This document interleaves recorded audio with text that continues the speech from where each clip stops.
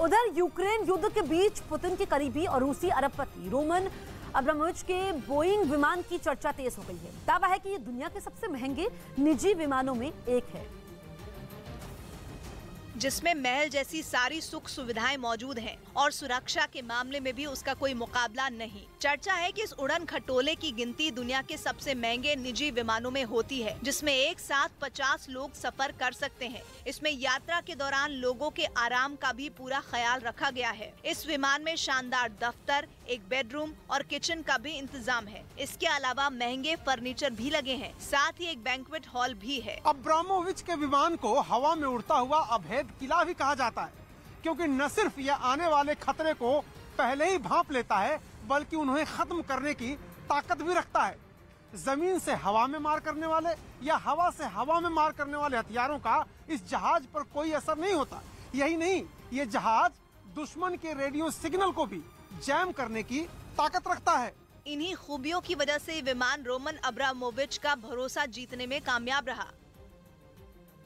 लेकिन अगर ये प्राइवेट विमान इतना शानदार है तो इसके लिए मोटी रकम भी चुकानी पड़ती है। इस विमान की कीमत $100 मिलियन यानी भारतीय रुपयों में करीब 750 करोड़ रुपए है, जो 850 किलोमीटर प्रति घंटे की रफ्तार से उड़ान भरता है। उधर सियासी उथल पुथल से जूझ रहे पाकिस्तान में सेना अपनी जनता के प्रोपेगेंडा का शिकार हो रही है। इमरान चले गए, शहबाज आ गए, लेकिन एक चीज जो बरकरार रही है वो है पाकिस्तान की सेना के प्रमुख बाजवा। लेकिन ऐसा लग रहा है कि बाजवा पाकिस्तान के लोगों की आंखों में खटक रहे हैं, क्योंकि खबर है कि वहां की जनता ही बाजवा के खिलाफ है। यही नहीं, वो उन्हें हटाने के लिए प्रोपेगेंडा भी चला रही है। मतलब ये कि पाकिस्तान में सेना के खिलाफ मोर्चा खुल चुका है, जिसकी अगुवाई कर रही है इमरान खान की पार्टी। 2 दिन पहले रावलपिंडी में हुई शेख रशीद की रैली इसका सबूत है, जिसमें मौजूद लोगों ने चौकीदार चोर है जैसे नारे लगाए थे।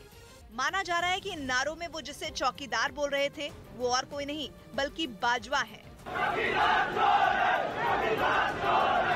ये तो पाकिस्तान में सेना के खिलाफ चल रही प्रोपेगेंडा पिक्चर का ट्रेलर था, क्योंकि एक और प्रदर्शन में पीटीआई कार्यकर्ताओं ने सबके सामने बोल दिया कि पाकिस्तान में कोर्ट के हर फैसले के पीछे सेना का हाथ है।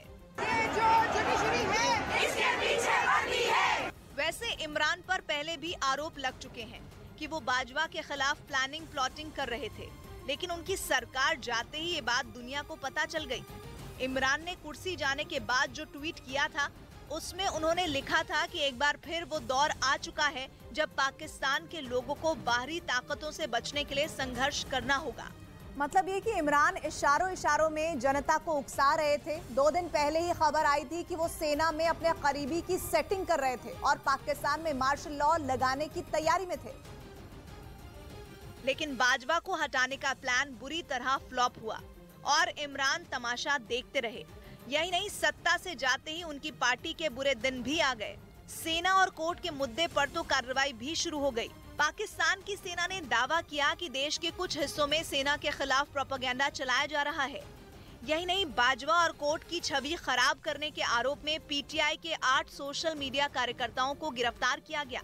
इमरान ने पहले बाजवा को मनाने की कोशिश की, लेकिन जब वो नहीं माने तो उन्हें हटाने की प्लानिंग कर ली, लेकिन इसमें भी इमरान फेल हो गए। नया प्रधानमंत्री बनने के बाद पाकिस्तान की सेना कह रही है कि उसके खिलाफ प्रोपेगेंडा चलाया जा रहा है, यानी पाकिस्तान की सेना अपने ही लोगों के प्रोपेगेंडा के जाल में फंसती नजर आ रही है। खबर है कि जिस दिन पाकिस्तान में इमरान सरकार गिरी, उसी दिन मतलब इमरान के अविश्वास प्रस्ताव हारने वाले दिन ही सोशल मीडिया पर बाजवा के खिलाफ ट्रेंड चला था। इस मामले में वहां की जांच एजेंसी ने 50 लोगों की लिस्ट भी बनाई है, जिनमें 8 की गिरफ्तारी हुई है। इस बीच यूक्रेन के सैनिकों ने रूस के एक आधुनिक BMP-3 टैंक पर कब्जा करने का दावा किया। यूक्रेन की सेना की तरफ से सबूत के तौर पर इसका एक वीडियो भी जारी किया गया, जिसमें यूक्रेन के कुछ सैनिक रूस के टैंक के पास दिखाई दिए। एक सैनिक तो टैंक के ऊपर चढ़ा नजर आया। इसके बाद वो टैंक के अंदर से रूसी सेना की वर्दी, उनके बैग, हथियार समेत कई दूसरी चीजें निकालकर बाहर सड़क पर फेंकता दिखाई दिया। जबकि यूक्रेन का एक सैनिक सड़क पर बैठकर एक रूसी सैनिक की वर्दी में लगी गोलियों से भरी मैगजीन निकालता नजर आया। एक के बाद एक उसने कई मैगजीन निकाली और फिर उन्हें एक बैग में रख दिया। यूक्रेन ने इसे अपने सैनिकों की एक बड़ी कामयाबी बताया। क्योंकि लेजर गाइडेड मिसाइल और मशीन गन से लैस रूस के ये बेहद आधुनिक टैंक पल भर में दुश्मन को तबाह करने की क्षमता रखते हैं। वहीं इमरान खान के सत्ता से बाहर होते ही उनके खिलाफ जांच शुरू हो गई। इमरान खान पर तोहफे में मिले बेशकीमती हार को 18 करोड़ रुपए में बेचने का आरोप है, जबकि नियम के हिसाब से उन्हें यह हार सरकारी खजाने में जमा करवाना चाहिए था। लेकिन खबर है कि उन्होंने हार को लाहौर को एक कारोबारी जो है उनको बेच दिया और उन पर लगे इसी आरोप की पाकिस्तान की जांच एजेंसी FAI ने जांच शुरू कर दी। पाकिस्तान के कानून के हिसाब से सरकारी पदों पर बैठे लोगों को मेहमानों से मिले तोहफे सरकारी खजाने में जमा कराने चाहिए और अगर ऐसा उन्होंने नहीं किया तो फिर कार्रवाई हो सकती है। और ये भी कहा गया कि अगर वो अपने पास इसे रखते हैं तो उसकी आधी कीमत चुकानी होती है। लेकिन इमरान पर आरोप लगा कि उन्होंने सरकारी खजाने में कुछ हजार रुपए जमा करवाए और हार को करोड़ों में बेच दिया। इस बीच अमेरिका ने जंग में यूक्रेन की मदद के लिए फिर हथियारों का जखीरा भेजने का ऐलान कर दिया है। अमेरिका ने यूक्रेन के लिए $800 मिलियन यानी भारतीय रुपयों में 6000 करोड़ से ज्यादा के पैकेज का ऐलान किया, जिसके तहत अमेरिका के कई आधुनिक हथियार और लड़ाकू हेलीकॉप्टर की खेप यूक्रेन भेजी जाएगी। जंग में यूक्रेन के साथ खड़े अमेरिका ने आशंका जताई कि रूस अब और भी घातक हमले करने की तैयारी में जुटा है। यूक्रेन के लिए हथियारों की मदद करने के ऐलान से पहले राष्ट्रपति बाइडेन ने खुद ज़ेलेंस्की से फोन पर बात की।